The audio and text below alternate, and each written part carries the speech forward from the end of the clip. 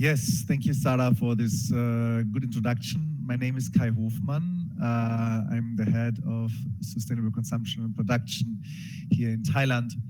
And yeah, we are really happy to announce that the next project has started. It's called Scaling SCP. We're starting this project in Thailand, Malaysia, Indonesia, and the Philippines.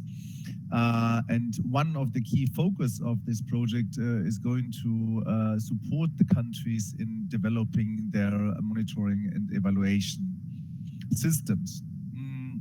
Of course, this is also relevant for countries like Cambodia, Laos, Vietnam, and Bhutan, who are also joining us today. But since they are currently just developing the green public procurement system, it is more, at this point, more focusing on these more advanced countries. A word of caution, monitoring and evaluation of green public procurement is a big issue in all the world, and it has not been solved by any of the projects or also the advanced countries yet fully, and it is a difficult task, and we will hear much more about this today. So with this, I would like to show you the agenda.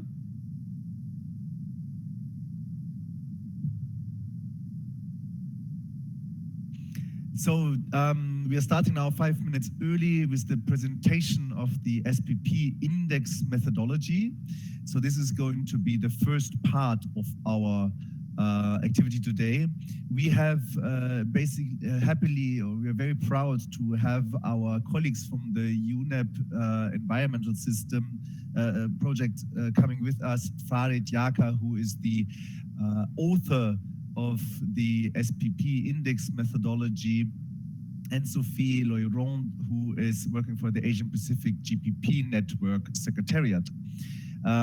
These two colleagues of ours from the UNEP basically are specialists in developing the index methodology, which is kind of providing us a blink, a grasp where do you stand with the SPP or the GPP system in the world, and also comparing you to other countries. Then we have done the calculation of the SPP index in the scaling SCP countries. So again, it's Philippines, Indonesia, Malaysia, and Thailand. We will not share the results, but we will provide you recommendations and an overview of where you stand and what should be done next. One of the main possibilities to increase your SPP index is to develop a monitoring and evaluation system. And this is where we come to basically to the topic of today. Ashley from the German Öko Institute is going to provide us an overview about monitoring and evaluation in the GPP world, providing us examples from around the world and providing us the bottlenecks and so on. Afterwards, we will have Southeast Asian best practice from Malik. He is from the Malaysian Green Technology and Climate Change Center, MGTC, and has been doing M&E for the last years. So he will provide us insights, I think very interesting insights, how countries are trying to provide data and make these the success of our GPP and SPP efforts visible.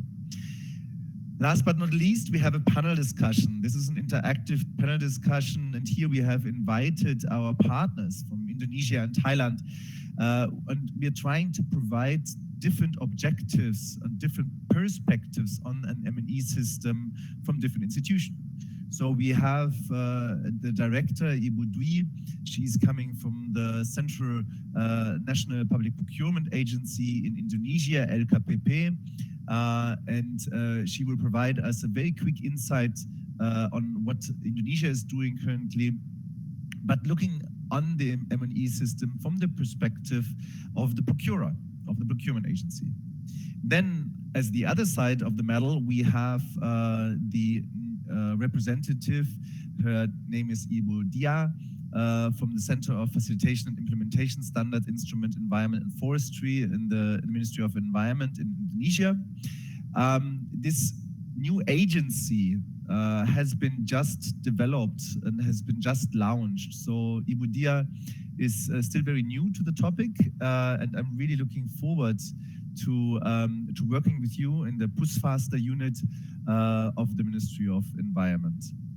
Then we have Kun Jarin. She is a long-term colleague of ours here in Thailand, who will provide us insights from how Thailand does it in the Ministry of Environment, in Natural Resources, Monterey, the Pollution Control Department. So I'm really looking forward to a fruitful discussion, an interesting discussion in the next 2 hours with a lot of insights. Please feel free to ask your questions and provide them. Sarah will take the most important questions out and screen them to everybody so that we have a well-facilitated discussion. Without further ado, I would like to now kindly ask, thank you very much. So I would like to introduce very quickly also what this dialogue series is about. This dialogue series is to increase policymakers, experts, businesses, and practitioners, and who are passionate about this sustainable public procurement and eco-labeling to influence consumption patterns. We want to inspire you by country cases from Southeast Asia, but also from Europe and other countries, to see what are best practices, what have we learned from other countries, and where are good business models available for eco-labeling and green public procurement, and of course to gain knowledge. This dialogue series is the first of many dialogue series which are coming up. So today, on the 26th of April, we are introducing the monitoring system, but then I would invite you very kindly to join us also on the 21st of June on e-marketplaces and e-catalogs. We know that, for example, Malaysia has developed the Mahijau system. Thailand is very advanced with the green card system where green products are provided. We will have colleagues from Korea presenting their system, which is very, very advanced. Then we have a summer break, and we start again on the 26th of October with developing circular economy product service criteria and circular procurement, including product service systems. We will have also in December 2022 GPP on the public works sector, specifically looking on materials, components and services. In February 2023, product policies and digitalization. Here we are looking specifically on the ICT and focusing on data center and software. And finally, in April 2023, we are looking on interministerial coordination for CE policies, moving eventually to mandatory, which is one of the next steps that countries will have to do. Next slide, please. So now it is on me to invite Farid. Farid, he is from he's the program officer of UNEP. Farid, please join us and present us your methodology. Thank you very much. Thank you very much, Kai. Can you hear me? Perfectly. Excellent. I'm going to share my screen.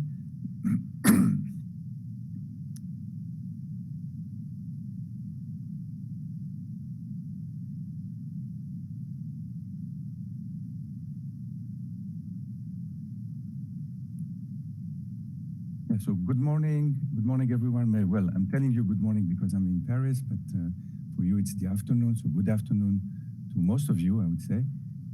I'm Farid Yaker. I lead the SPP work of UNEP. I'm really pleased to be with you today, and thanks again Kai and Sarah for the invitation. It's a pleasure to talk to you and to intervene in the framework of the GIZ Dialogue Series. So thanks and congratulations for this excellent program that you just showed us. I'm speaking today with my colleague Sophie, and we're going to present you our work on the SDG 1271 indicator. So first I will give you an element of background. So just to tell you that this work comes from, is part of the whole efforts of the international community to really move towards sustainable development. It dates back from, some of you may remember, the Rio Summit in 1992, when we adopted the concept of sustainable development. Then we had the Millennium Development Goals, and in 2015, the international community in New York on 25 September adopted the Sustainable Development Goals. These are 17 goals on social aspects, on environment, on governments, with the objective to really achieve sustainable development by 2030. And these goals, we have 17 goals, and we also have 169 targets. Each goal has a certain number of targets. Here you can see from goal 10 to goal 17, all the targets that have been adopted by the international community. You can see that on goal 12, which is the one we're working on, and also with GIZ, the responsible consumption and production goal, there is a specific target, which is 12.7, it's public procurement practices. And here you see the level of progress that was assessed by the United Nations Cooperation Program in Europe. And they basically assessed and believe that we are not yet there in terms of achievement. Of course, we are in 2022 with 7 years after adoption. We're almost halfway. So we have really to speed up. We have to accelerate the shift to sustainable development and really make sure that we implement those goals and targets properly. So our responsibility is in UNEP, we are the custodian of the 12.7 target, and we have developed a methodology, as Kai said, to measure the number of countries that are implementing sustainable public procurement policies and action plans. This is how we defined our target and the goal, the indicator, sorry. And in order to measure the target, which is the promotion of public procurement practices that are sustainable in accordance with national policies and priorities. So for you to understand, all countries have to report back to the United Nations on the progress towards the achievement of this target. And our role is to measure the level of compliance, and we're going to present you the methodology that we established to do this measurement. And there I hand over to my colleague, Sophie. Thank you very much, Farid, and good afternoon to all participants. My name is Sophie Louero, and I work at UNEP's SPP team, from where we coordinated the first data collection for this indicator. And we'll now see more in detail this methodology. Next slide, please, Farid. So how is this indicator measured? The methodology assesses three main aspects of the SPP policy and the SPP practical implementation via 6 specific sub-indicators, which you can see on the screen, from A to F, through an Excel-based questionnaire, which is provided to governments for them to provide all those data. The first aspect, which we look at, is what are the measures taken at the political and legal levels to mandate or facilitate the implementation of SPP. The first sub-indicator A, looks at whether or not an SPP policy, action plan, or equivalent SPP regulatory requirements have been adopted and are enforced. The second aspect, through sub-indicator B, is to assess the public procurement legal framework and to see if sustainability considerations can be included at each stage of the procurement process. Then in a second aspect, we look at whether practical outputs of this SPP policy implementation have been developed and whether support is provided to procurement practitioners in the implementation of SPP. For example, through sub-indicator C, through the development of practical guidelines, best practice, case studies, or through the provision of a help desk, and through also sub-indicator D, to see whether environmental criteria for the procurement of products have been developed and whether social considerations are taken into account in public procurement.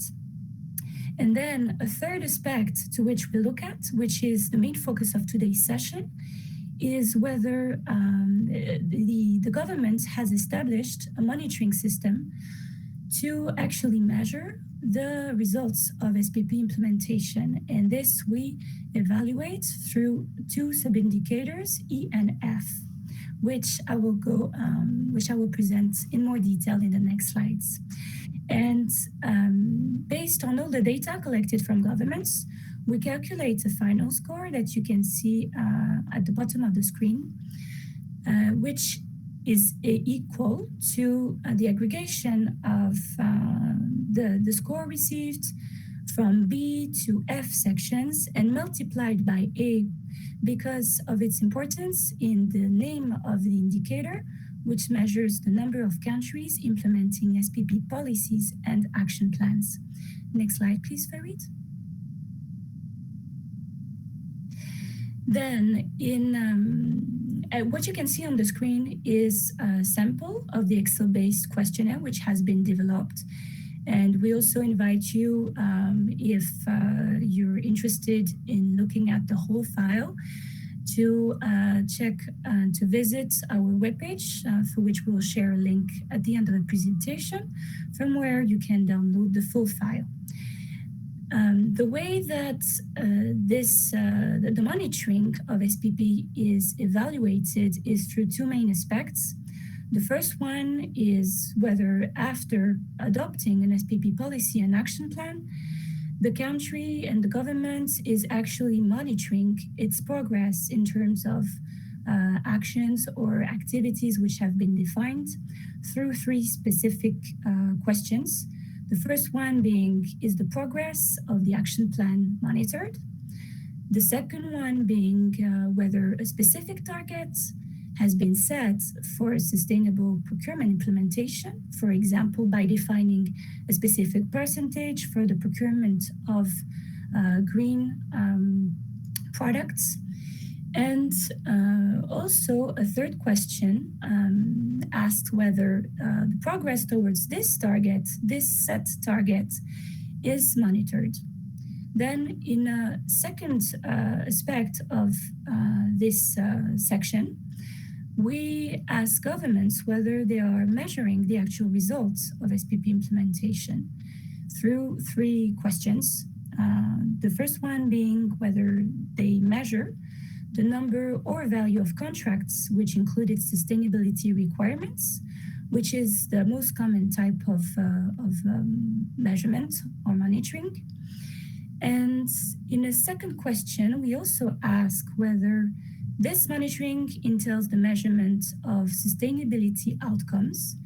What do we mean by sustainability outcomes? We mean, for example, the measurement of the reduction in CO2 emissions or the creation of green jobs through SPP implementation.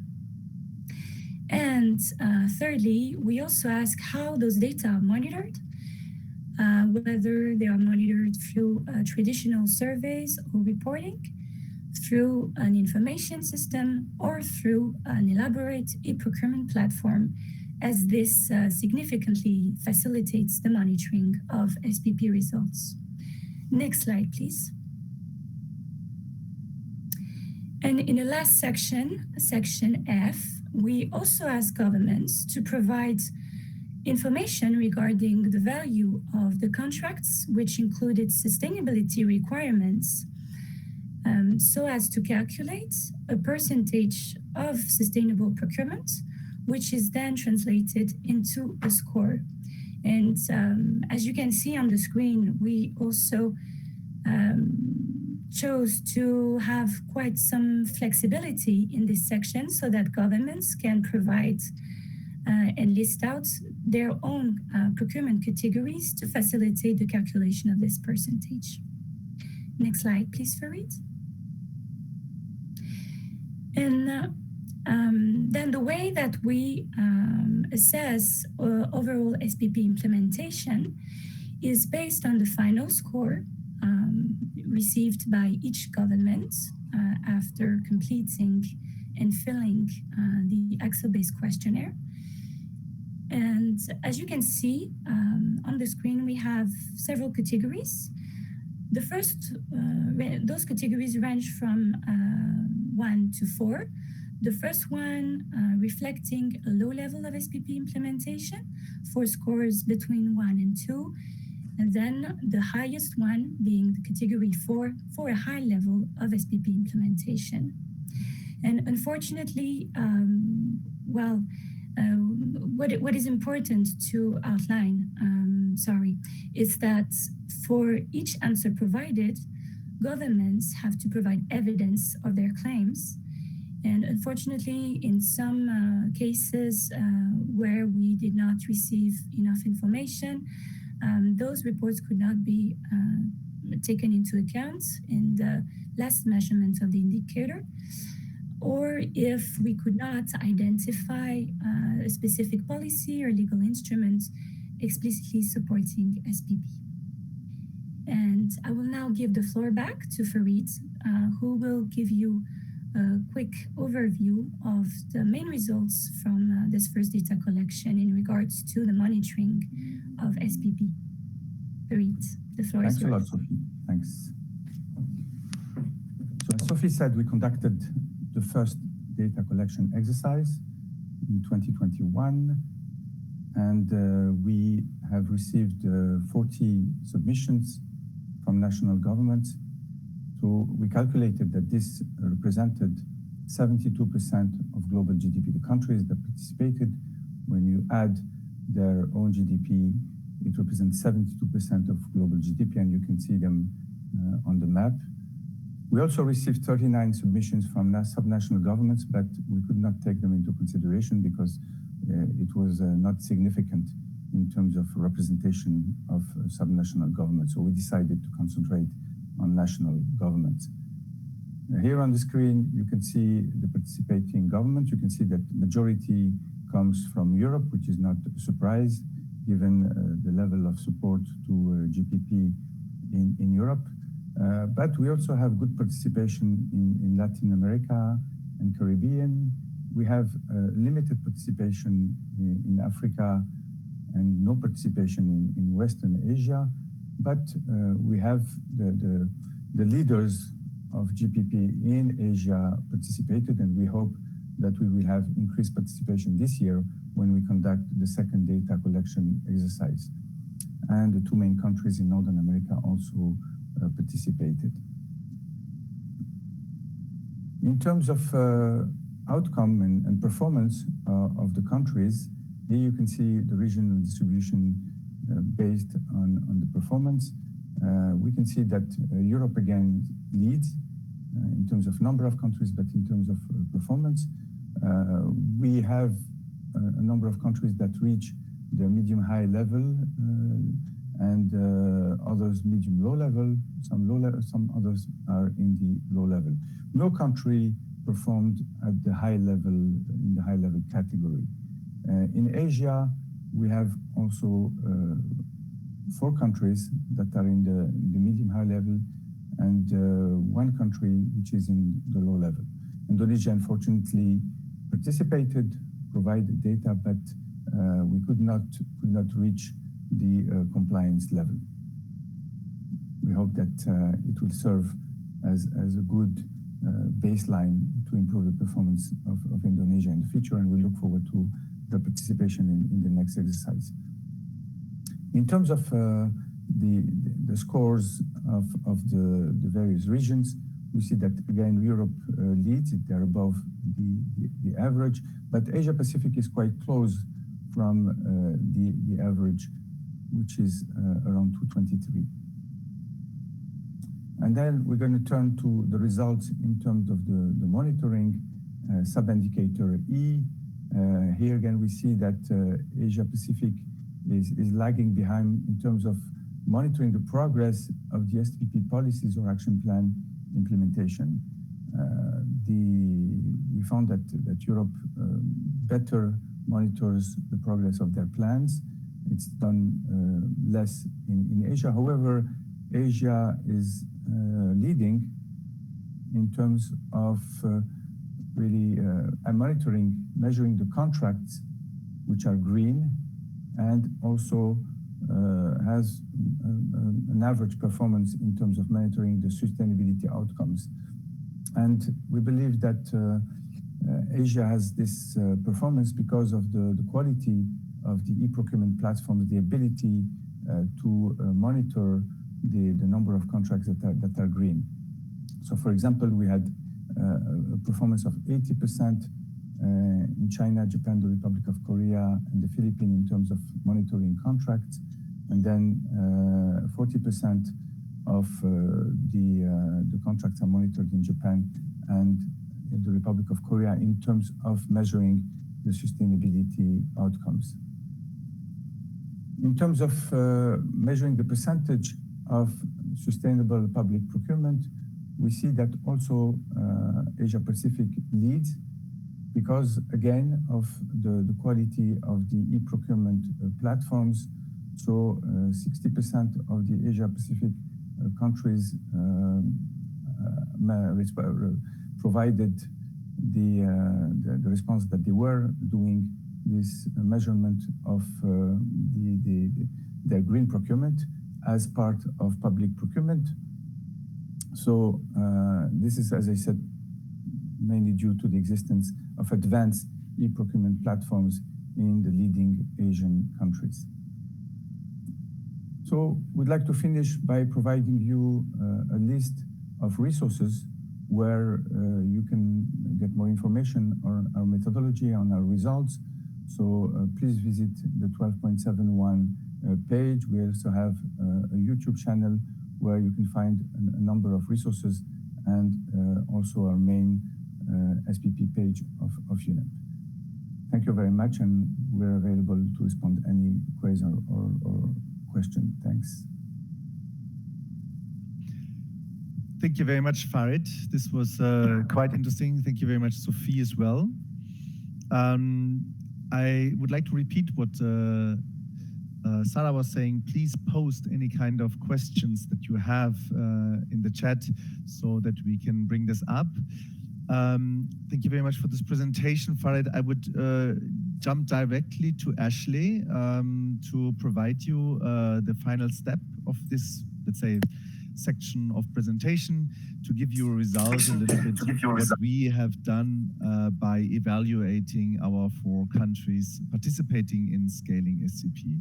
Ashley, the floor is yours. She is a researcher from the German Öko-Institute and has been working with us for the last year almost, right?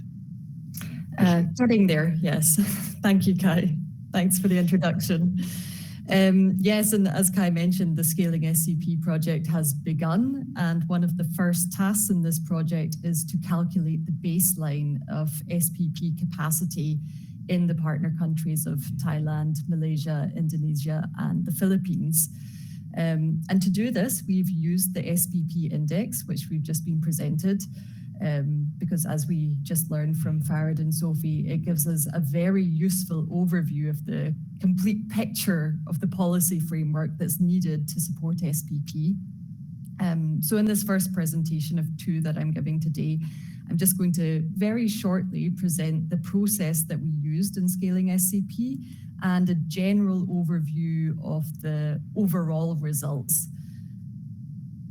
So yes, why did we calculate the baseline for scaling SCP first? Well, of course, we want to evaluate the impact of the project, and to do so, we need to understand what the starting conditions are in each country. So we've used the SPP Index methodology, but in a difference to the process that UNEP's been using, we've done this as a self-assessment. This means, importantly, that it allows the countries to self-assess their current situation and compare that to where they get to by the end of the project. So the intended outcome of this process is to compare now and in the future. But what it won't allow us to do is to compare one country with another, because for that you would need the evidence to be verified by a third party like UNEP in order to make sure that all of the countries are using the same measurement process. Sorry, I think someone is unmuted. If you could mute yourself. Why is it important to create a project baseline? First, we want to understand the starting conditions for the project, and that helps us to identify what gaps exist in the SPP policy framework. And then at the end of the project, we want to understand if the project had its desired impact. So in a way, this links very closely and is a microcosm of the wider topic that we're talking about of why is monitoring and evaluation important. What did we find from the SPP Index? Well, as Sophie just presented, there's 6 parameters. The first being the existence of an SPP action plan or similar policy. And in the scaling SCP countries, this is mostly in place, which is fantastic because it means that the foundation for increasing the amount of SPP done in each of these countries is already in place. The next parameter is about the regulatory framework and whether it's conducive to SPP. That means, does the public procurement law allow the inclusion of green or sustainability criteria and other kind of technical processes for procurement? Are these allowable under the legal framework? And again, positively, this is mostly in place in our scaling SCP countries. Although there is a potential to increase the SPP index score here through the introduction of mandatory SPP. This is a big topic here in Europe as well right now, making SPP mandatory, at least for those product categories where government buying can have a large impact on the market if it's all kind of focused in the same direction. And especially on product categories that also lead to life cycle cost savings for the government. The third parameter is practical support delivered to procurement practitioners. And as the countries submitted in their evidence, there is already many types of practical support available in the scaling SCP countries. One of the potential gaps, though, that was identified is the availability of best practice case studies. And best practice case studies are a fantastic resource for procurers because while, people like me and others can present the theory of green or sustainable public procurement, what really helps and what's very powerful is to see how it's working in practice, especially in your own country, to see that it is possible and that others are already doing it. And that can be a very powerful incentive and a very powerful way to boost the confidence of procurers to do SPP. Parameter D is about the existence of SPP purchasing criteria or other similar standards. Again, in all of our scaling SCP countries, there are environmental criteria for some product categories available. Of course, there's other product categories that these criteria could be developed for. And another area which is not so well covered at the moment is the social, economic, and governance related criteria. So that's one potential gap that was identified. And then finally, the existence of an SPP monitoring system. This was really where the largest area of improvement was identified by our SPP index calculation. Some are doing some monitoring and evaluation, but overall there is a need to move from resource intensive and less accurate monitoring and evaluation processes to the digital systems like integrated e-procurement platform systems that best practice countries are using. And the final parameter is the percentage of public procurement, but because the monitoring and evaluation systems aren't comprehensive enough yet to really capture a large amount of data. There's very little data being collected on this parameter at the moment. So that is the final gap that we identified through the SPP index calculation. And then this topic of monitoring and evaluation, I will return to in a part 2 presentation, but I believe first we have some time for some questions and answers. So thank you, Ashley. This was great. This was a great overview about our findings that we have done in the last couple of months. So overall, Southeast Asia, our 4 scaling SCP countries are doing quite well. And we are really looking forward. And yeah, since Ashley was mentioning, one of the gaps that we have identified is the monitoring and evaluation system. This is what we're focusing on today. Now, the floor is open for some questions. Since I haven't found any questions in the presentation yet, in the messages, Sarah, am I correct? Then I would pose a question myself. I would like to have a question to Farid. Farid, what has been the main challenge you had while identifying while calculating the SPP index? I think you have mentioned already that verifying the documents and verifying the answer is one of the aspects. But then again, what has been other challenges that you faced? And do you find from the retro perspective on looking at your indicator that sometimes basically the questions have to be more specific, have to be refined, new verification have to be done? This would be the question from my side. And then the second part of the question would be also, when are you intending to do the next data collection round where our countries could also participate? Yes, thank you, Kai. Well, as you said, the main challenge has been to receive the information which is verifiable. That when countries, have claims, that they can back their claims with the proper evidence. So this is the first challenge. The other challenge has been to identify the focal points. We have one of the strengths, I think, of our approach is that we have identified in about 60 countries the government officials which are in charge of developing or implementing the national policy. So this is very strong because they are nominated by their governments, and the report they make is official, is considered official. So unfortunately, however, in a number of countries, we have not yet identified those officials, and countries are not able to be counted in the data collection exercise.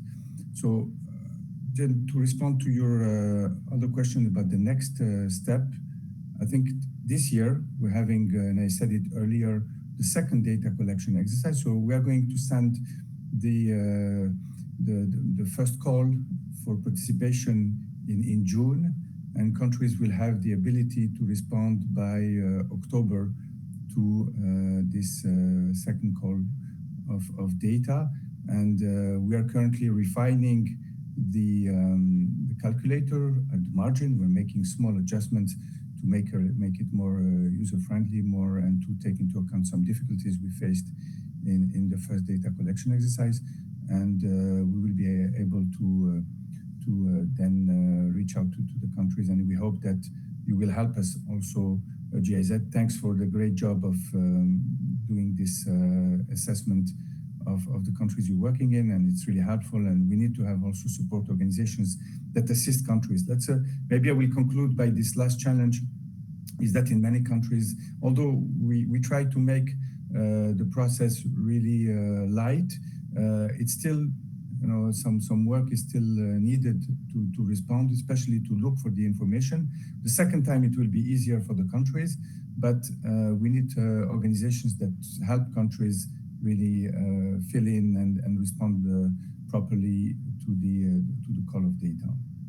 And I see then, the questions you have, basically, I think I answered, unless you you have additional questions. No, I think, Farid, that was very good. So I take from your statement that we have to identify a focal person for each of the countries which have not done that. And we are very happy to support. The person needs to be officially nominated by the government, right? Yeah. Mm-hmm. And second, I've learned, let's do the exercise again in June to see a little bit where we stand in scoring. And of course, we encourage all our partners to join, and we are also promising our support. Okay, excellent. Great. Sophie, if you have 1 minute, maybe Sophie can complement what I said. Yes, Sophie, do you want to join? Yes, thank you. I would also like to add that it might be good for governments to already start saving, the related evidence. For example, in terms of communications, and it would be good if they could download the Excel if they're interested in knowing a little bit more about what we require, so that they can already start to prepare. Because we know that it takes a lot of time and effort to collect those data, and the sooner they start to save that information, the better. Thank you, Sophie. Yeah, thank you, Sophie. This is great. This is also very interesting. When you press on the right side here, you see the document button. There you will find the calculation, the SPP Index methodology posted in the chat. And in there, you will also find the link to the Excel tool that was mentioned here by Farid and Sophie. And that leads me also to the next presentation, because in the same chat, in the document here, you will find also the pre-study for the M&E system for SPP systems in Southeast Asia, which has been developed in the frame of the Scaling SCP project by the Öko Institute. And again, I invite Ashley now to present us a little bit this pre-study, and to present us also best practices from around the world, and what we should take care of once we're starting to develop an M&E system. Ashley, the floor is yours again. Thank you, and hello again. Yes, as Kai mentioned, we recently developed a pre-study on the monitoring and evaluation of SPP. By pre-study, we mean it's an initial collection of all of the resources and case studies that are already out there. So it's trying to summarize the main factors and components of monitoring and evaluation, as well as present some good practice examples. So I thoroughly encourage you to have a flick through that and to download it, as it's already available through the Kudo link. And yes, basically monitoring and evaluation is a very important but mainly overlooked element of SPP policy frameworks. There's not many great examples in the world right now of good monitoring and evaluation systems, and it's a big challenge for all of us. But the reason it's so important is because it helps us evaluate the success of our policy goals and targets, and to identify the future improvements and opportunities that are needed. So it's really fundamental to smart policy making. And by evaluating progress against policy, it's helping to increase the accountability and transparency of government. And yeah, it helps increase the efficiency and effectiveness of our policies. So we also already heard some of the different aspects of SPP which can be monitored when Sophie was presenting the SPP Index. There's three main aspects that can be measured. The first is the institutional elements, or the process-related elements of SPP. These show us whether the potential for SPP exists within a country. For instance, are there policy action plans in place? Are there procurers who have been trained in doing SPP? So it's about establishing whether the foundation exists. However, just measuring institutional processes doesn't give us any information on whether SPP is actually being implemented. So for that, we also need to measure the outputs. So this is how much procurement is really being done in practice. How many tenders include SPP criteria is the main measure of outcomes. And this is a very important piece of data. But alone, it doesn't give us a complete picture because it doesn't show us whether the SPP is having the desired impact in terms of the outcomes or the environmental benefits of procurement. For this, we need to measure things like the CO2 savings being achieved by tenders or the life cycle costs being achieved by tenders. And this is really important, again, for being able to make smart policy decisions. However, alone, SPP outcomes don't tell us how much SPP is being done, by who, and where in the country it's being done. So all in all, you need all of these measures to have a complete picture of the SPP implementation in your country. And I'm going to return to this element of the importance of outcomes and outputs later on in the presentation. But first, let's just think theoretically, what does an effective monitoring and evaluation system require?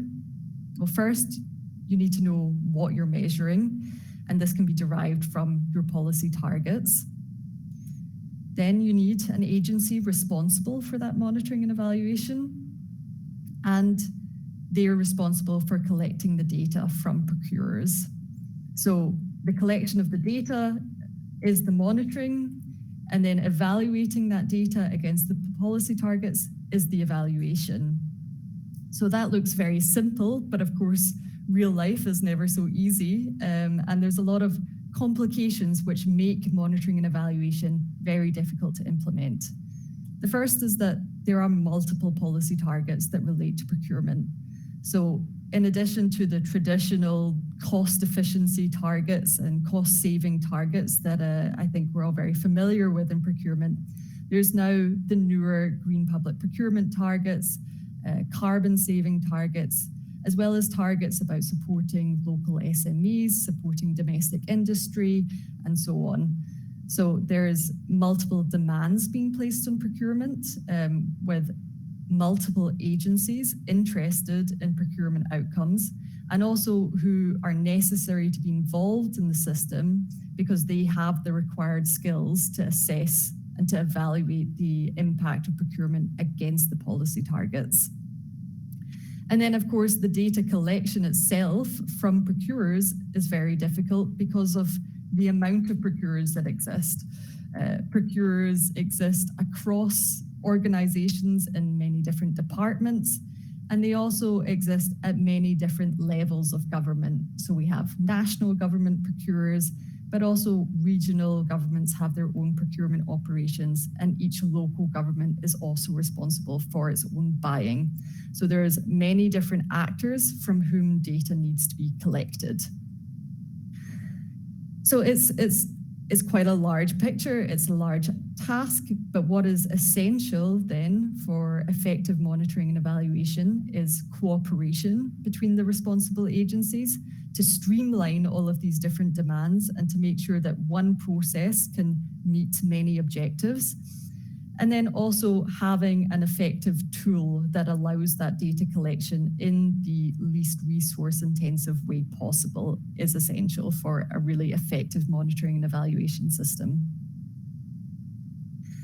So I have 3 slides now on data collection, 3 very important elements to keep in mind when thinking about what type of data to collect.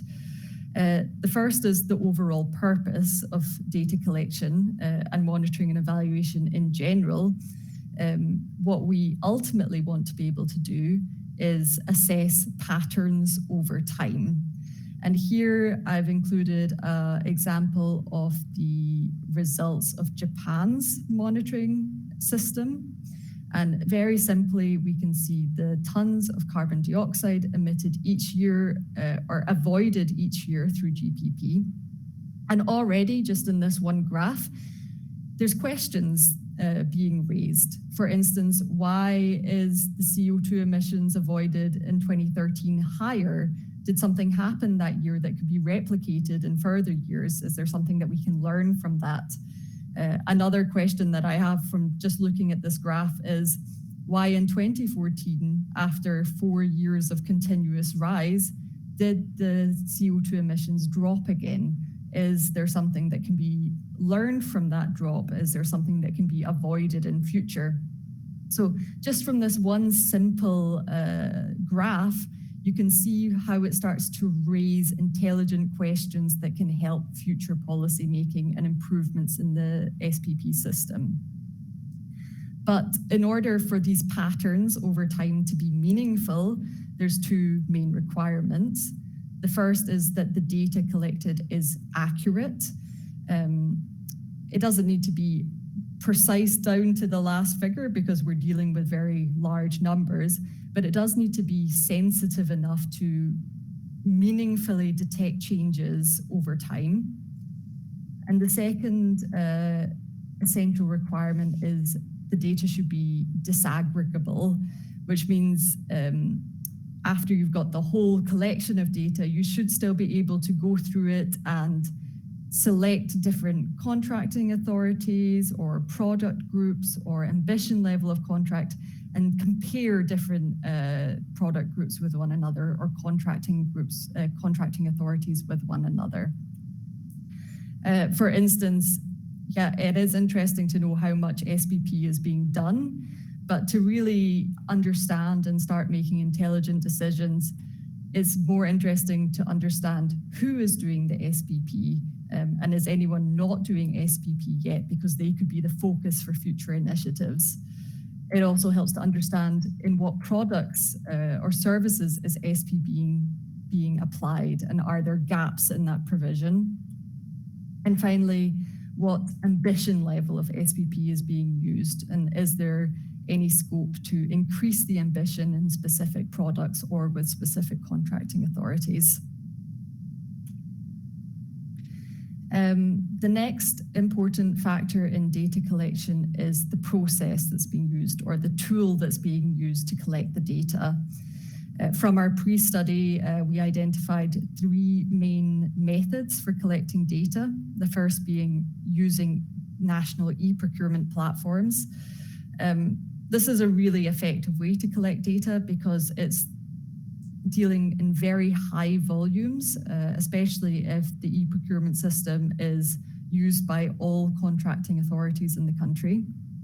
And using an e-procurement system also allows automation of this data collection, so it really cuts down on the resources required. If the e-procurement system platform isn't an option yet or isn't being used yet, another common method is using standardized questionnaires. And I believe this is the most common method in Southeast Asia or in the scaling SCP countries. Here, data is being collected through samples, like through the use of questionnaires. This is quite flexible and easy to initially implement, but it really relies on procurers submitting the data. It's resource intensive for the procurers to fill out the data collection forms, and it's resource intensive for the responsible agency to analyze the data that they receive. Finally, tender evaluation. This is a midway point between e-procurement platforms and standardized questionnaires. In this, the data is collected from the tenders published on the e-procurement platform. But because this data collection is not integrated in the e-procurement platform, it still requires quite a resource-intensive manual evaluation of the data. So when all 3 processes are compared, the clear preference or the kind of gold standard for data collection processes is to use an e-procurement platform. But that may be something that needs to be worked towards over time and does involve many different government actors. The third important consideration for data collection is how is SPP being defined? Whether it's an e-procurement platform being used or questionnaires being used, you're essentially asking procurers to say whether they're doing SPP or not. So it's a kind of a yes or no question. Is this an SPP tender or is it not? And that can be a difficult question to answer unless there's very clear definitions or standards that can be used. Some of these that are very useful in defining SPP are the use of type 1 ecolabels. So is the tender being used to buy type 1 ecolabeled products, or are the criteria meeting or equivalent to a type 1 ecolabel? Another very useful source for defining SPP is already established national SPP criteria sets.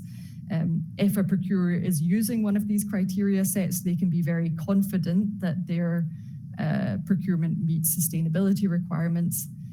But then, of course, there's other standards or labels in your country that might be useful here, like energy efficiency labels or recycled content labels. And yeah, just to reinforce here the importance of standardizing the definitions of SPP. First, it improves the accuracy. And as we covered before, accuracy of the data is very important for making it a meaningful exercise and actually getting intelligent insights from the monitoring and evaluation system. The standardized definitions are also very important for the final step of effective monitoring and evaluation, which is calculating the SPP outcomes. So, yeah, calculating outcomes is not being done very much in practice. I think in the last UNEP survey of countries, only 9 out of 30 approximately were measuring the environmental outcomes of their procurement. But it's not possible to calculate the exact outcomes for each procurement. So what I mean by this is every tender results in the purchase of a specific product with specific technical specifications. Like if you buy a computer, it has a certain energy efficiency level. You could calculate specifically how much CO2 is being saved by a computer with these technical specifications. But over a whole government, these types of calculations would be too resources intensive. So what you need instead is proxies. These are average products that allow you to estimate the average life cycle CO2 savings or any other environmental saving that you're interested in calculating. To do this, you need to, define what counts as average. So an average conventional product might be the typical model that was purchased before you used SPP criteria, or a typical standard that's available on the market at the time of the beginning of your SPP initiative. And to calculate the average CO2 of a green product, you could look at a typical product that has been awarded a type 1 ecolabel, for instance, or perhaps use the kind of top class of an environmental efficiency label or so on. So it really is very product specific, but there are ways that you can calculate average products and use this to estimate your overall outcomes. And I just wanted to end today with emphasizing the importance of measuring outcomes, because ultimately sustainable public procurement is just a tool. We're not trying to implement SPP for the sake of SPP, rather we're implementing it in order to achieve environmental improvements. If you're only measuring the number of tenders that include SPP criteria, then there is a risk that you will be counting very low sustainability requirements, or you'll be counting tenders in product and service categories that have quite low impact potential. And if this is done at scale, then there's a risk of creating perverse incentives in your policy making. And also greenwashing is a risk if you're counting and your numbers of SPP tenders looks really high and looks really great, but is actually not achieving much in outcomes, then it creates the risk that you are giving a false impression of the environmental achievements of your government. So that's why I really emphasize the importance of measuring environmental benefits. And as Kai mentioned, the pre-study is now available where we go into more details on all of these topics, as well as give examples from some countries which have already been implementing monitoring and evaluation systems, where you can see how they're dealing with these challenges in practice. So thank you for your attention now. And if you have any questions, I'll be happy to answer them, I think, after the panel discussion, or of course, you can also contact me by email after today's event. Thank you. Thank you, Ashley. This was very informative. Of course, the topic of monitoring and evaluation is always a little bit dry, but I think you made it very interesting and visual for us to provide us some insights about monitoring and evaluation. I would not go into question and answers yet. I would first leave the floor to Malik, as we have foreseen. And then I think later, once we're coming to the discussion, I would take up the questions that have been posted already in the chat. Please continue posting questions. Now I would like to give the floor to Mr. Malik Artan. He's the director of SCP in the Malaysian Green Technology Center, MGTC, and he has been doing monitoring and evaluation of GGP, as they say in Malaysia, for some years. Malik, please, the floor is yours. Thank you, Kai. Good afternoon and good morning. So Malik from Malaysia. So I would like to share with you about the SPP Monitoring and Evaluation System in Malaysia. Okay, next slide. Okay, actually, for information, so actually in Malaysia, we have the National SCP Blueprint from 2016 until 2030. So actually, we have the 10 pathway, and one of the biggest pathway is number 1. So we focus for the green government procurement or sustainable public procurement. But in Malaysia, we call it as a government green procurement, GGP, or green government procurement. Okay, next slide. Okay, in Malaysia, actually, we have the Malaysia plan. So we have the 11 and also the 12. So for the 11 Malaysia plan, so actually we have the target for GGP. So this 11 Malaysia plan, we start from 2016 until 2020. So actually the government for the federal, so we target at least 20% for the selected green product and services must be under GGP.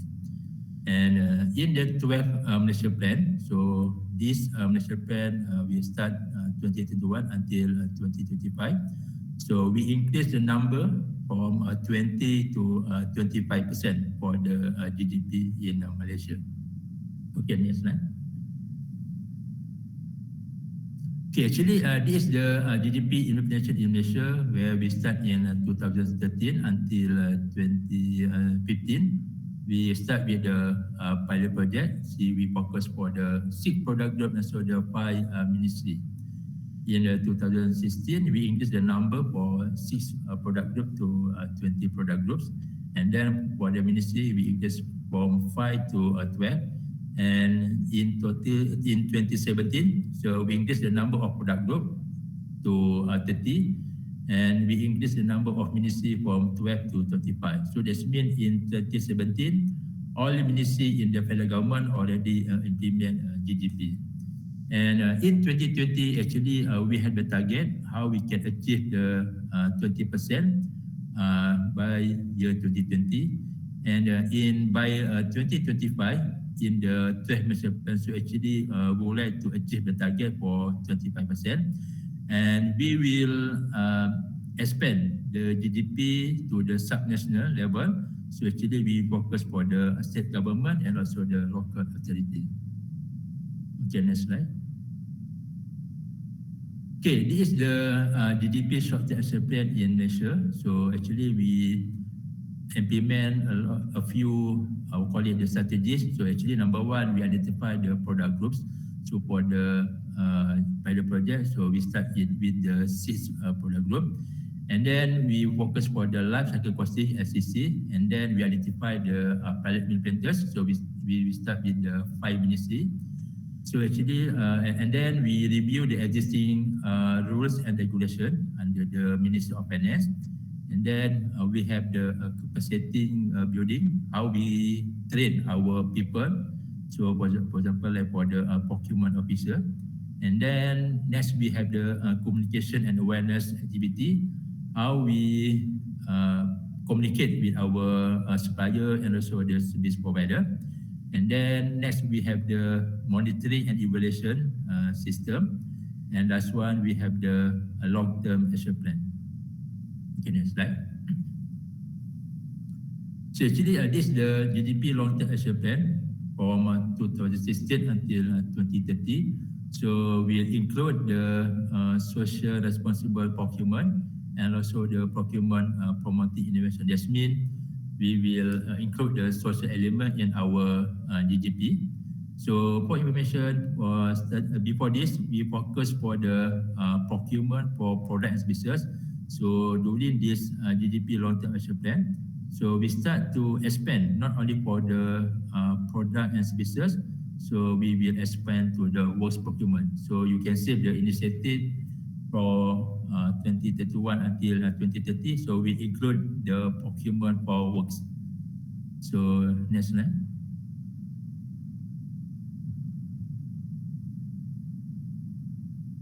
Okay, how we monitor, how we evaluate, and also we report our GGP achievement in Malaysia.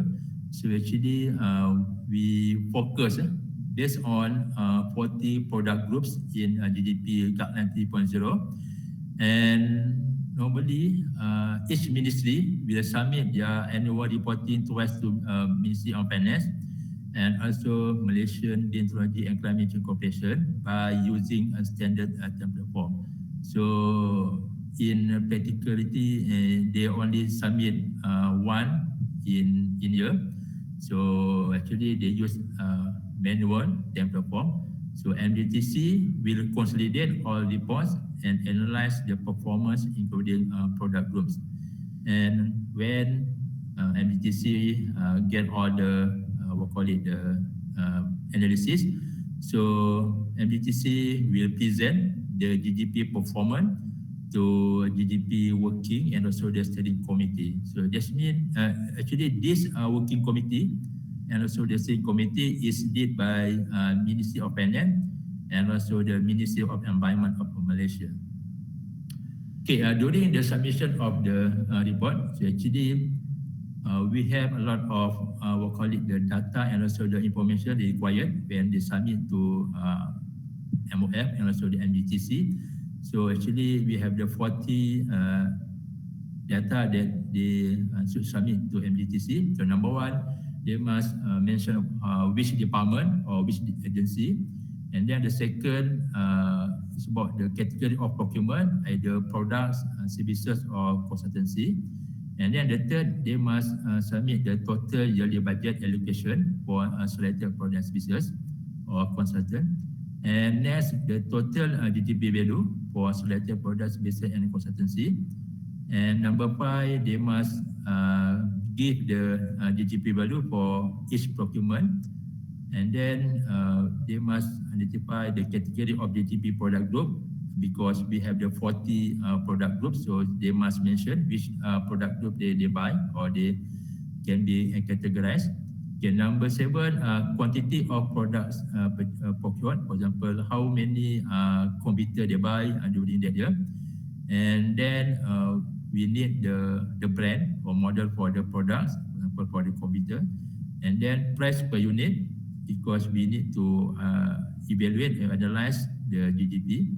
And then number 10, energy use, refer to the product specification if related. For example, like if they declare about the purchasing of ICT, air conditioner, lighting. Okay, in 11, actually they must give the name of supplier. So actually we can what call it to collaborate with our My Hijau directory. And number 12, origin of the products and or services and consultant.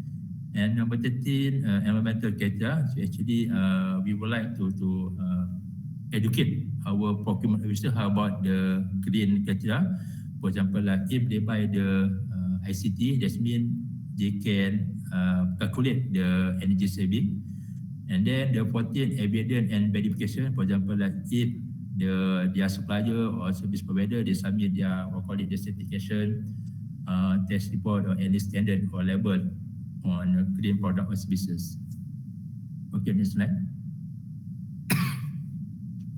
Okay, this is the achievement for GGP Indonesia. We start 2013 with the pilot project until 2020. So actually for this 2016 to 2020, actually we have the target of 20% in our 11 Malaysia plan. So you can see this is our achievement in Malaysia. So we start in 2016 where the achievement is about 70.4%, and then the percentage increase in 2017 24.6%, and then 2016 and 2019, so the percentage still above 20%, and in 2020 the percentage is increased to 32.5%.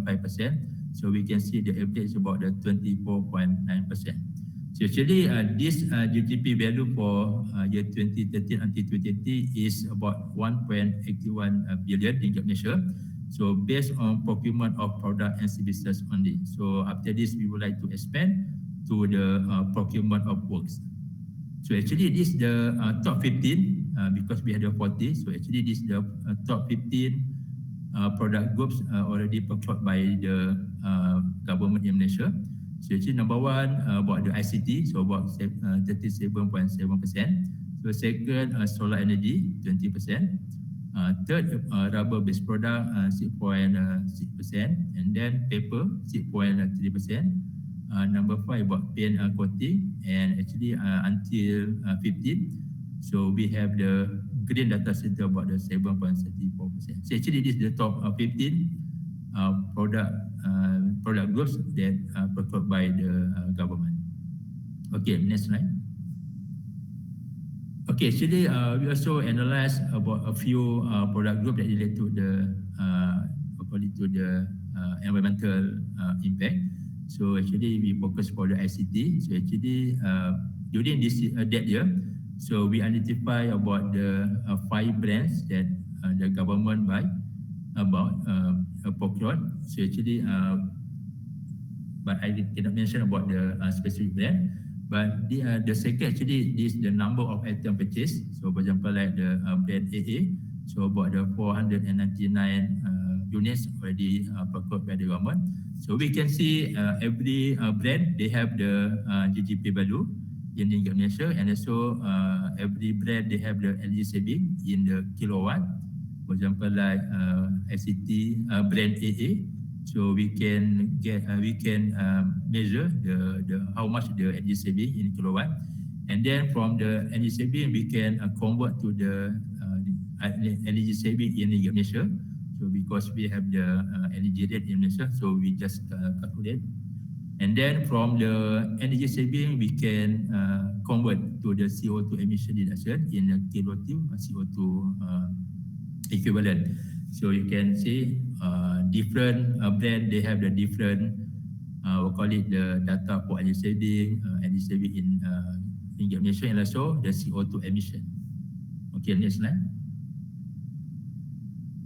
Then the next product group we focus for the multi-purpose printer. So for information, we have identified about the 8 brands for the multi-purpose printer. So we have the number of items purchased by the government, and then we have the GP value, and then from each brand, so we can calculate the energy saving, so in kilowatt hours, and then we can convert to the energy saving in unit measure. And the next one, we can convert to the CO2 emission reduction in kilo-2 CO2 emission. So you can see the from 2,441 items, so we can save about the 3.5 million of kilowatt in hour, and also we can reduce about the 2,000 ton CO2 emission. Okay, next slide. Okay, actually this is the last slide I would like to share with you. So these are our challenges. So there are a number of challenges during the implementation in Malaysia. So actually number one at the moment, there is no legal framework. There is no legal framework to make a GDP implementation is a mandatory requirement. So currently, actually, we based on administrative directive from the Ministry of Finance. So second, actually, the GDP administrative guidelines and the circular only applies to the federal agency. So we would like to expand to the state level and also to the local level agency. This is our strategy how we can expand GDP and we can increase the number of GDP in Malaysia. So the third challenge actually there is a lack of sufficient expertise to measure the environmental impact of some of the products, for example, like the non-energy product. So for example, how much we can calculate the CO2 emission for the rubber-based product, for example, like for furniture, paper. So this is our challenges because at the moment we only calculate the product that related to the energy, for example, like ICT and air conditioner. Okay, the next challenge actually GDP data reports from ministry and agencies were submitted to MOM and MBTC by manual template. So actually there is no GDP online system. So difficult for us to analyze and also to evaluate the GDP performance. And the last challenge actually we only focus for the product and services procurement. So actually the number is smaller. So we would like to expand to the works procurement. I think that's all from my presentation. So back to you, Kai. Thank you, Malik. This was very informative to see how this is done in reality in a country that has been working on implementing GPP for many years. We have had some questions now which are relating back to Farid and Sophie, and I think Sarah is ready to post them right now. So Farid and Sophie, if you could come back also to these questions, and there was also one question to Ashley. So let's start with Sophie and Farid. There was a formula that you have presented, the A times B plus C plus D plus F and so on. And there is a very technical question. What is the scale of the score? Is it from 0 to 10 or from 0 to 1? And what does it exactly mean? And does the M&E system automatically generate the score based on the 6 specific indicators, or is it manually evaluated and scored? Sophie, Farid, can you answer this question? Does it need clarification? No. It's a very good question. We should have made that more clear. In fact, when we presented the formula, you see that A is multiplied by B plus C plus D plus E plus F, and A is either 1 or 0. So if A is 1, then the score will be based on the addition of B to F. If A is 0, then the whole formula, the whole score is 0. Okay, so the country is not compliant. That's the first thing. Then B to F, they range from 0 to 1. Okay, so the maximum then score that you can get is 5. Okay, B, C, D plus E plus F. Okay, so that's why Sophie showed you that the highest category is above 4, is the high-level countries, high-level performing countries, and so far, no country performed in this category. So they range from 2 to 4, basically, or from 1 to 4 in actually right now, the scores that we have from the countries. And the second question is about, is it manually evaluated or automated? No, we have a tool, it's a calculator that Sophie showed you. And then, so the score is automatically computed. Of course, we assess first the performance of the country. So we put inside the calculator, the countries themselves, actually, they send us back the calculator. So it's a self-assessment of their score. But then we revise or we accept, the scores that are provided by the countries based on the evidence, again, provided that this is what I said earlier. So there is a tool, a calculator that you can find online. You can auto-test yourself, you can self-assess yourself. Then when you fill it, you send it to us. We're trying to see how we can automate that. It will be online, but so far it's still an Excel calculator. You send us the Excel sheet, we verify, then we assess, we put the score we believe is the right one based on the evidence. We send back to the countries. We agree with you on the final scores, and then we publish. Is it clear now, Kai? Yes, I think it's very clear. Thank you very much. It sounds very clear. I think if there are further questions on these very specific topics, I would kindly ask to send us an email or directly to Farid, and he can answer. Thank you. Now we have a second question, which goes towards Ashley. What is, in your opinion, about the best way to scale up the SPP index? Are these techniques transferable to different jurisdictions? I think what we're meaning here is countries. What could be the challenge of such transfer between various jurisdictions? Ashley, do you understand the question? Do you need clarification, or can you answer it? No, I can answer that. I think first I'd like to differentiate between scaling up SPP and scaling up the SPP index, because of course you can implement measures that increase the SPP index score, and that gives an overall impression of how advanced your country is in SPP.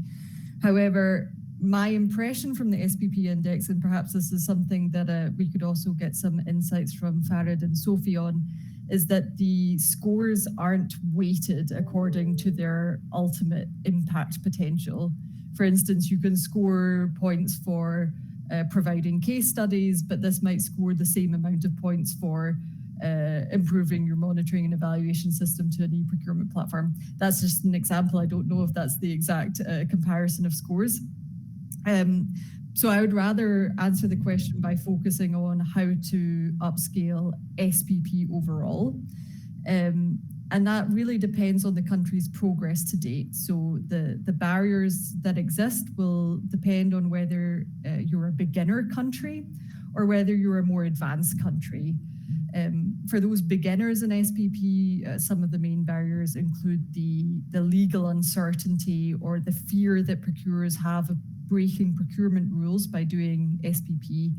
So one of the main ways to scale it up or to make it possible in the first place is to provide clear legal certainty, or best of all, to provide mandatory requirements so that there can be no doubt that SPP is allowable. But other effective tools include providing SPP criteria that have been endorsed by a central procurement agency or other respected institution known to procurers, and also giving visibility to SPP through things like case studies and awards and so on. Another barrier which we're going to be talking about in the next dialogue series, sorry, not a barrier, another solution for the next dialogue series is this idea of green e-catalogs. We think that this has a lot of potential for making it easy for procurers, even if they don't have the knowledge and skills themselves, to use catalogs to buy green products that have already been verified as sustainable by a skilled, competent authority. So I think that's a really great, has really great potential, and is something that we're going to talk about in June. So I'd encourage you to come back for that. Okay. Thank you very much. We have some more questions, and so I would kindly ask you guys to focus a little bit the answer. So I think this following question is on Farid. What is the strategic impact of this SCP assessment or this SPP assessment? What concrete efforts can be made to encourage government's commitment to certain countries on SPP issues to result of this SPP Index assessment? Farid, is the question clear to you? I can take it. Go ahead, please. Yeah. Well, first of all, it's an obligation. Countries have to report on their performance on sustainable development goals. I'm going to try to look at the question at the same time. So then the strategic impact, I think, is that there is also, I think it encourages countries to improve their performance on sustainable procurement. There's a kind of a competition that we see, you know, and in terms of countries wanting to perform well and to show to the whole world, you know, that they are improving their performance on SPP. I think this is the first value, you know, of this indicator. Second one, this is what GIZ is doing, trying to put a baseline there to make sure that the countries that can measure their progress against this baseline in the past. So it's a tool also to improve your performance. And also, how can we encourage government commitment? I think by organizing this kind of meetings, by disseminating the results of the SDGs and the targets. And I wanted to say at this point that in Asia, we have two countries that didn't participate in the last exercise, and they are also very advanced, you know, on at least GPP. So this is Thailand and Malaysia. Malaysia presented today with Malik, and Thailand we know is present also supported by GIZ. So we hope that next time, you know, they will be also participating, and I have no doubt about it. Also thanks to the support of GIZ. So in terms of concrete efforts to encourage government commitment, just to make sure to also explain that GPP is an amazing tool, that it is underutilized, that you know, we have to scale up the implementation of GPP. We have to tie it also to sustainable consumption and production, tie it to Ecolabels, that it's reporting also eco-labeling. So all this, you know, will help us, and we are with GIZ on the same page on all that. Thanks. Thank you very much. All right, there is the next question here. I would almost like to skip from Felix Lahm. Would the current indicators extend to cover CO2 avoidance? I would like to skip it because we have had a lengthy discussion about this. Yes, the CO2 avoidance is definitely part of the indicators.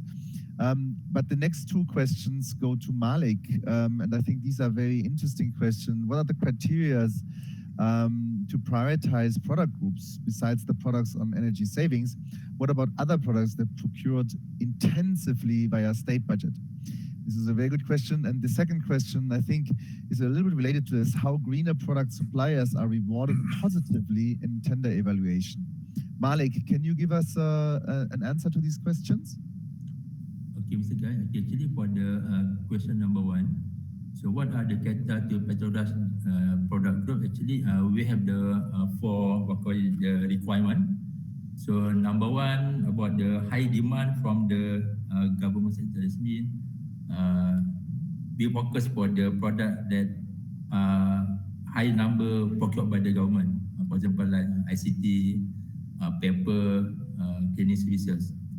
So the second actually the available of standard and criteria.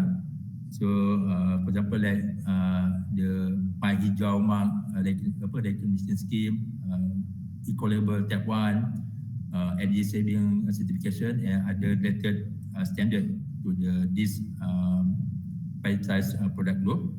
The third, impact to the environment. For example, if the product can reduce the energy saving, or they can reduce energy, reduce water, they can using the recycled material and extra.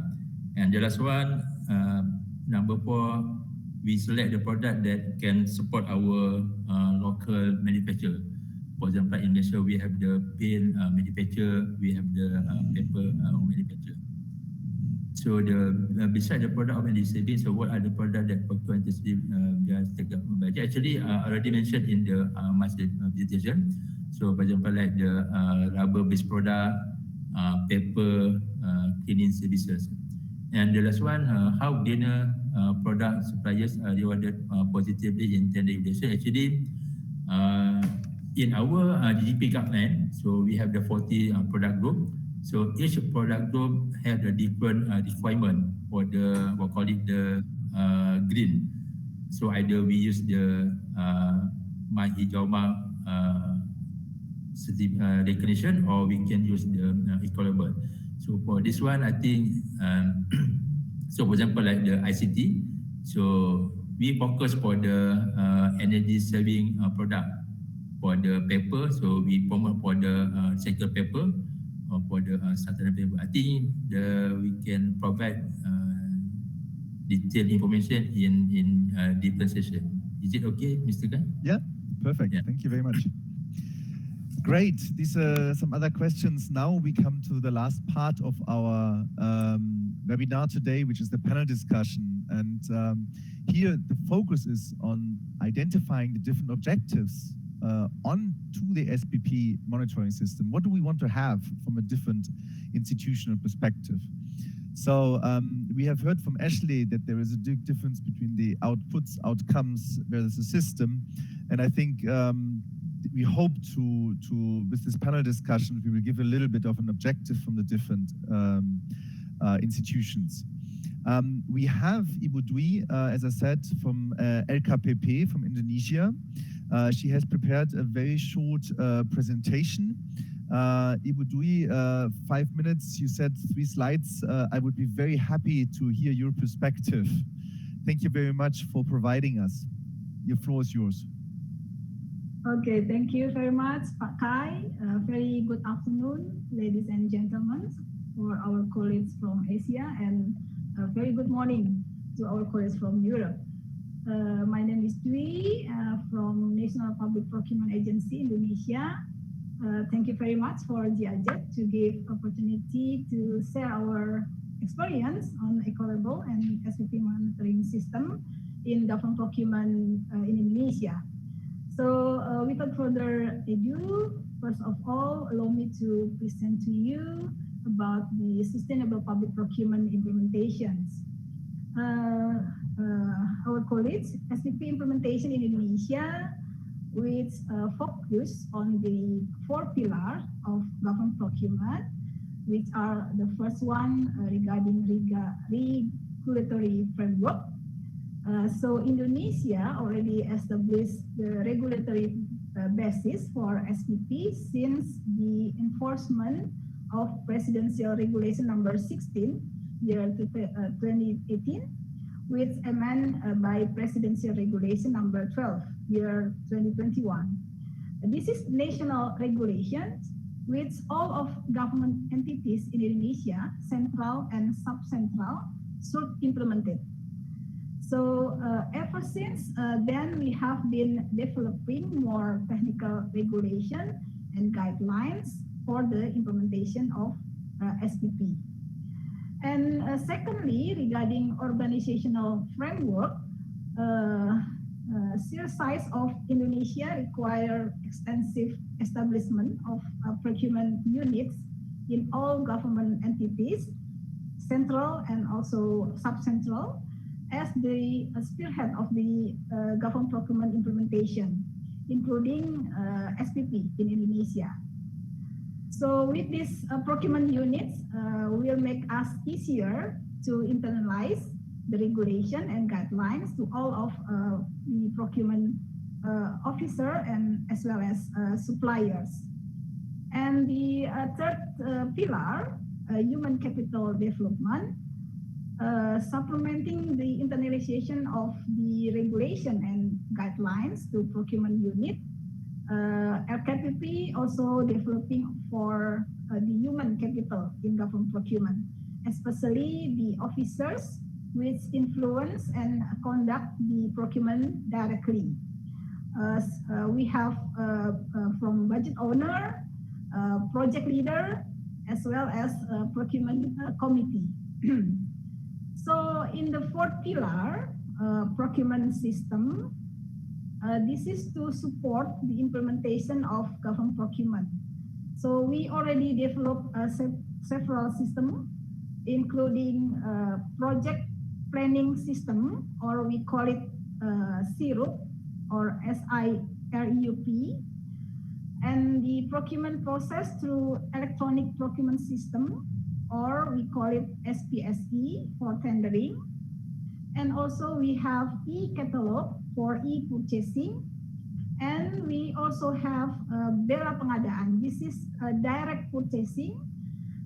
In this system, we collaborate with e-marketplace to support e-purchasing for micro and small businesses.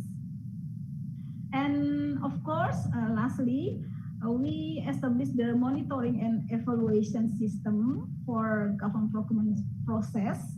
We call it e-MONEV, electronic monitoring and evaluation. And this slide, monitoring and evaluation of government procurement in Indonesia, we have end-to-end web-based application with self-administered by government entities, and we call it AMEL.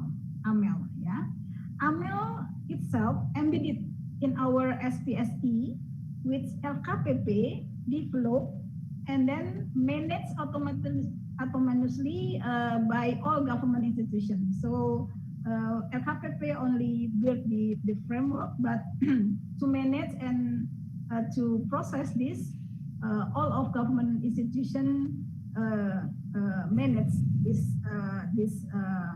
system.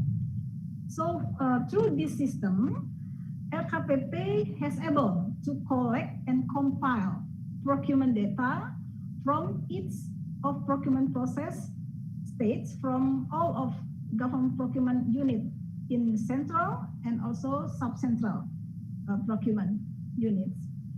And as you may see in this screen, through AMEL, through this monitoring and evaluation system, we can look into the general value and volume of procurement package in each procurement stage, from beginning to the planning and then preparation, and then all the way to tendering and selection, and then contract, and then handover of work, and then the payment. So every government institution relative, especially for the lead, yeah, we can monitor of the procurement process in Indonesia. Even we give it information for our president, yeah.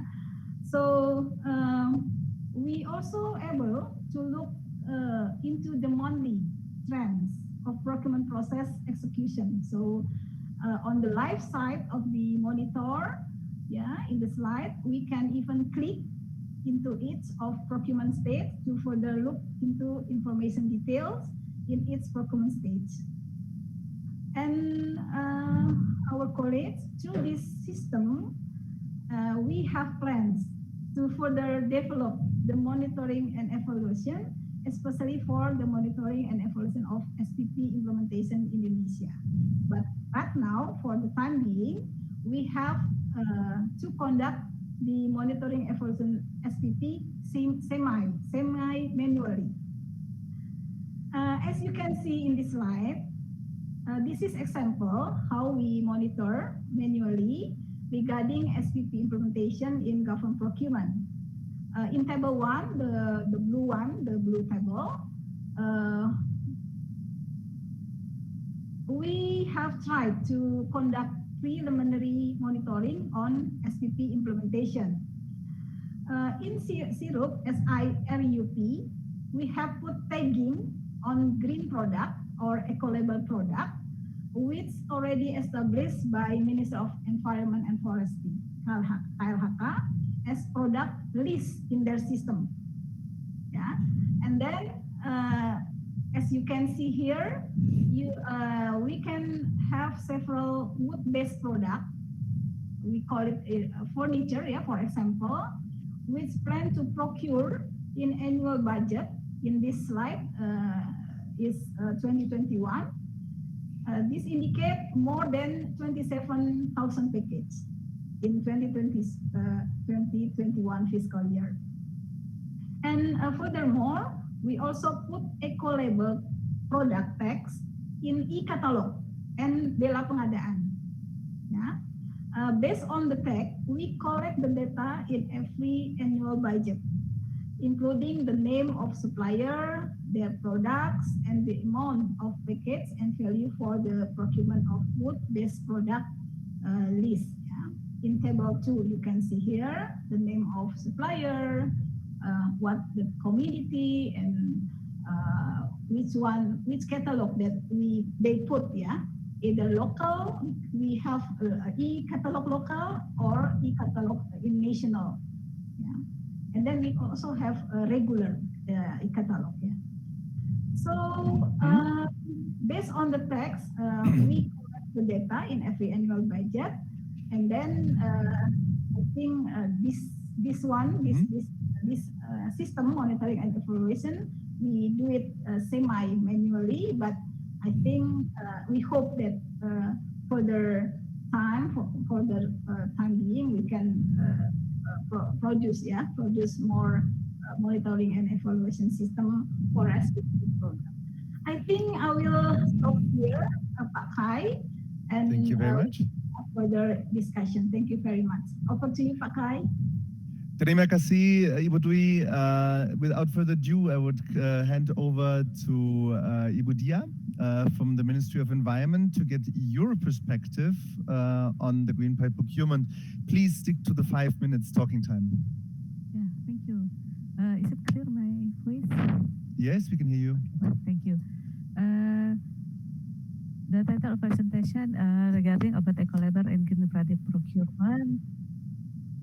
And later I will show some monitoring and evaluation scheme that we are developing now.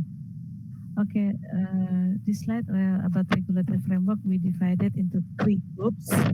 First, about policy regulation, Ministry of Public Works and Housing. That we can see in this slide, some regulation related about green building. And the second category is about related to policy regulation, environmental and forestry. We already issued regulation of Ministry of Environment and Forestry number 5 in the year of 2019 regarding on procedures for applying green labor for green procurement.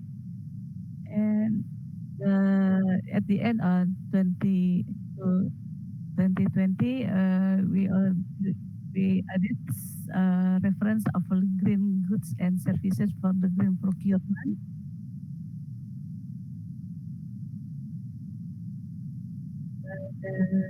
The third category regarding about regulation of government procurement. The whole of the policy framework is to support implementation of the SDGs in the goal 12 related of responsible consumption and production, and 12.7 on green procurement, and also to support UN Sustainable Development Goals. Okay, next slide.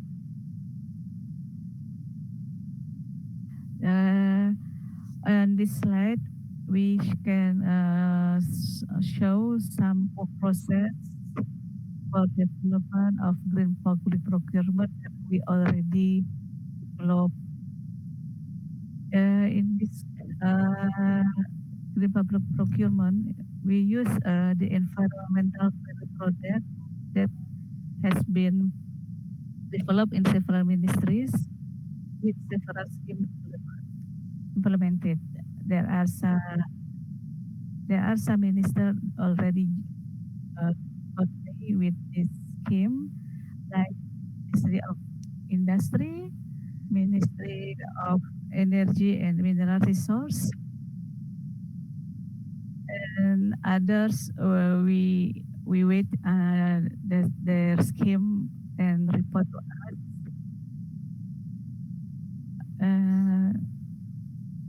It is until now we still continuously inventory and identify to continue to grow related about green public procurement. In the formulation proposal of environmental and friendly goods and services, we are assisted by work group consisting of course ministry or agencies. Agency who have formulate proposal for environmentally friendly product and services. Ibu Dia, you're very difficult to understand. Support us how to monitoring and evaluation the green public procurement in Indonesia. Ibu Dia? Okay, Ibu next. Dia? Next Ibu Dia? slide, please. Yeah. You are very difficult to understand. Yes. The connection is breaking off every now and then. Can you try to wrap up because it's very difficult. The connection is bad. Okay. Sorry if in my office the internet is not stable. Hello. Yes, it's very difficult to understand. Thank you. Yeah. Sorry. Maybe still continue the next slide. Okay. This is show the reference list of green goods services related about yes, and the Ministry of Environment and Forestry Regulation number 5 in the year of 2019, include paper, plastic, timber, medical waste treatment equipment. There are two types of medical waste treatment equipment product. There is autoclave and microwave. And the number 6 is about air conditioning device.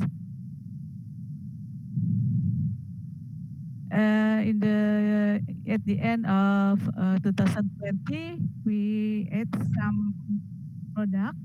There are 3. There is timber, about processed wood for construction, concrete and cement. Concrete, and the third is cement. Next, I will show related some illustration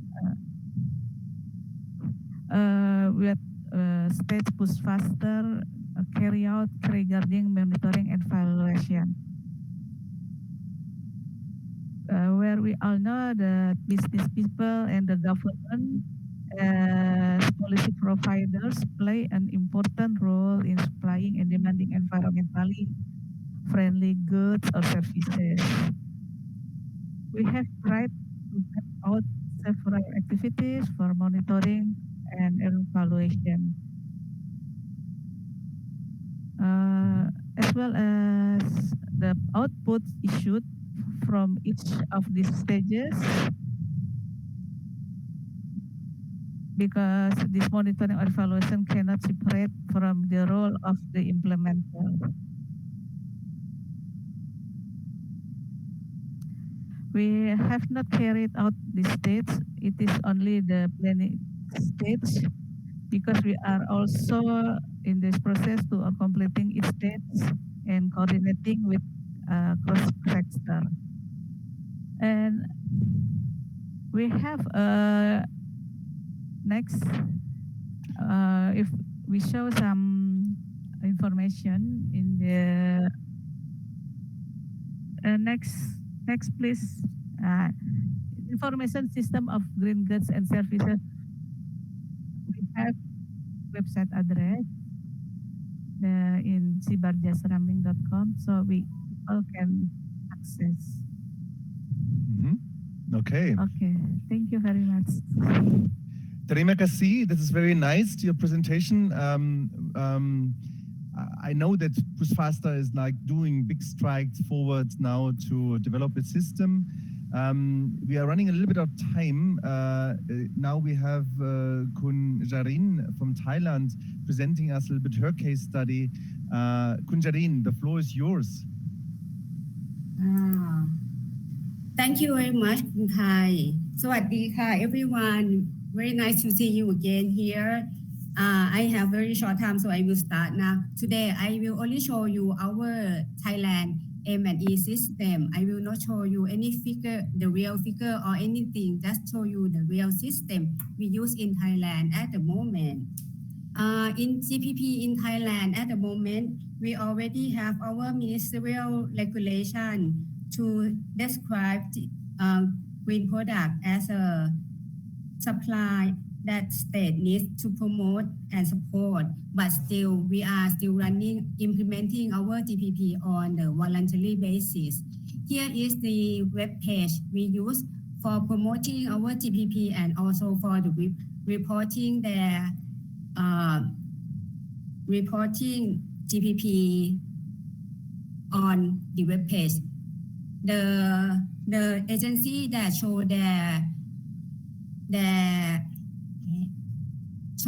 so that they want to implement the GPP will get the username and password, and then they can log in to report their GPP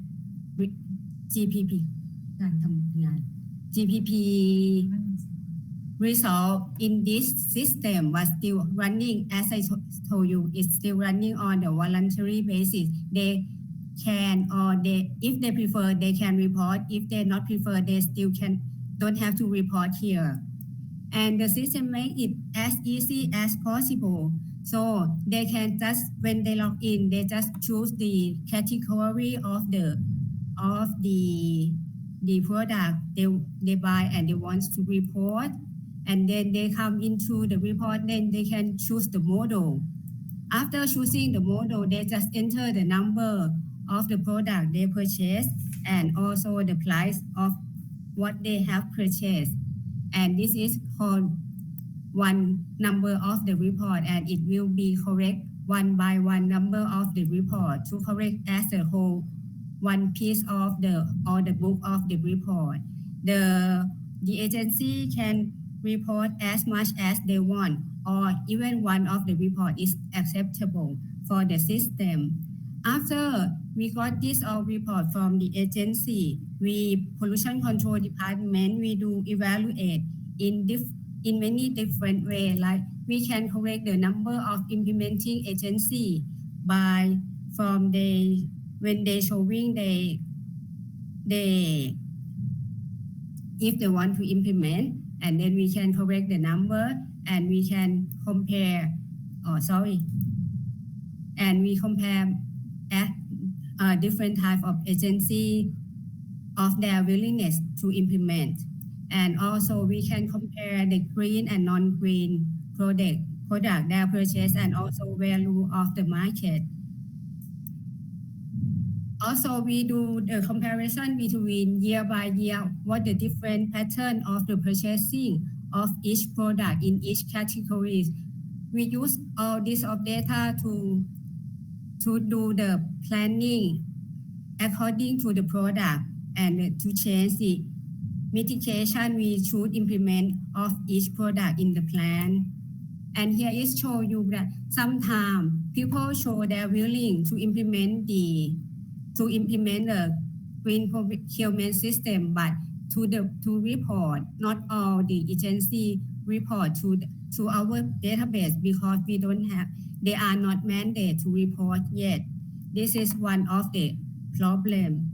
Here comes the challenge of our monitoring and plan and evaluation.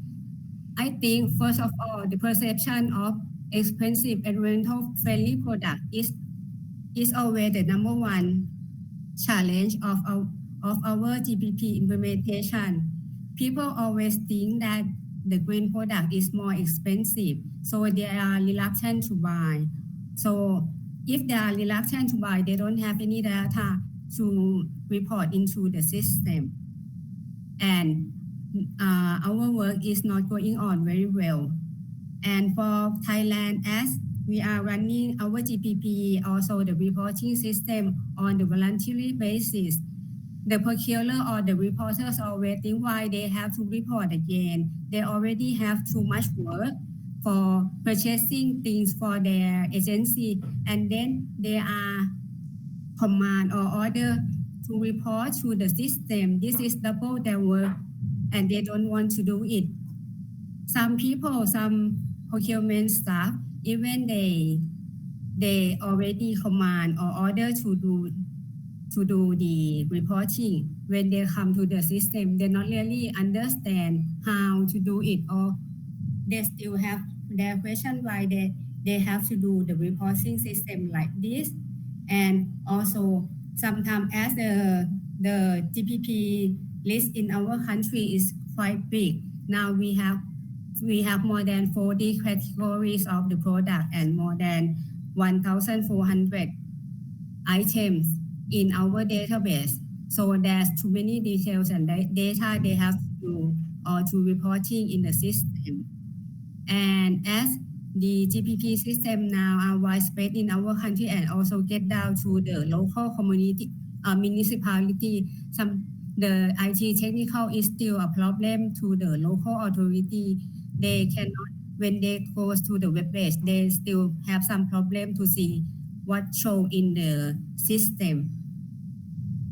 And to enhance the efficiency from our experience with the government commitment or the policy to GPP is very important. Now we are working to another GPP promotion plan, and the GPP might be mandated within this 1 or 2 years from this on. Also, if or not is mandated, the support document from MOS will be help the procurer to do the green product buying. Is always support them and make them more confident wise. And we will try to find our GPP reporting system to be more user-friendly and give them the guideline manual for the reporting on the IT system, maybe a script or something that make it easier for them.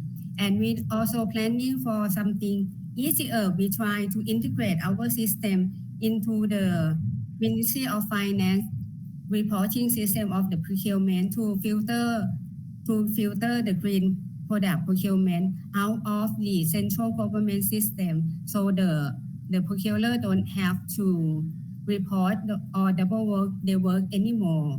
But by the way, we think one of the thing, if we can do the awarding or inspire the big boss or even the big procurer by have some kinds of awarding system for the best procurement award, maybe also help to enhance the effectiveness of our monitoring and planning system. That's what we are doing in Thailand. Yeah, today we don't have much time to sharing. So if you have any question, you can contact me later on. Thank you very much.